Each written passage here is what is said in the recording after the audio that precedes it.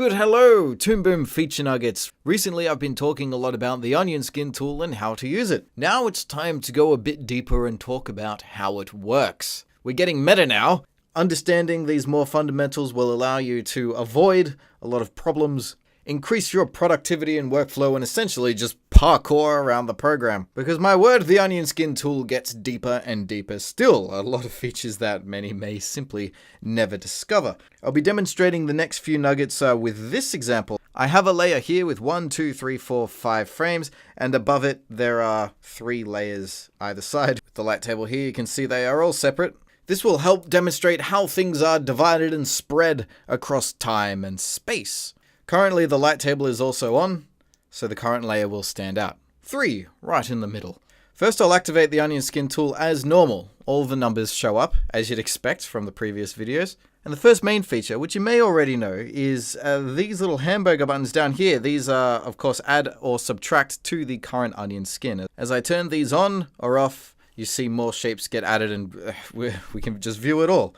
But there are a number of curious things as to how this works, and it can be a bit confusing if you're not aware of it. First, if I try and deactivate the currently selected layer, you'll notice it does not work. The current onion skin does not turn off. And well, it actually is turned off. If I deselect this layer, you'll notice it's now gone.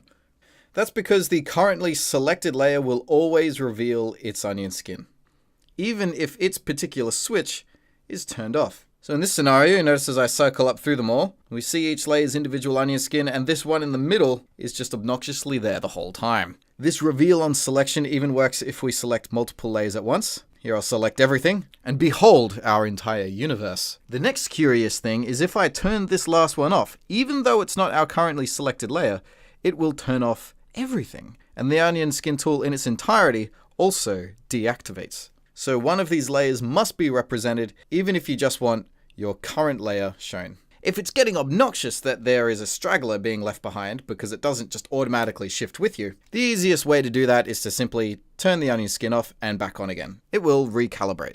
So that's the bizarre things you can run into with the onion skin in the camera view. Come back for the next nugget and I'll show you all the bizarre things you can run into when using it with the drawing view.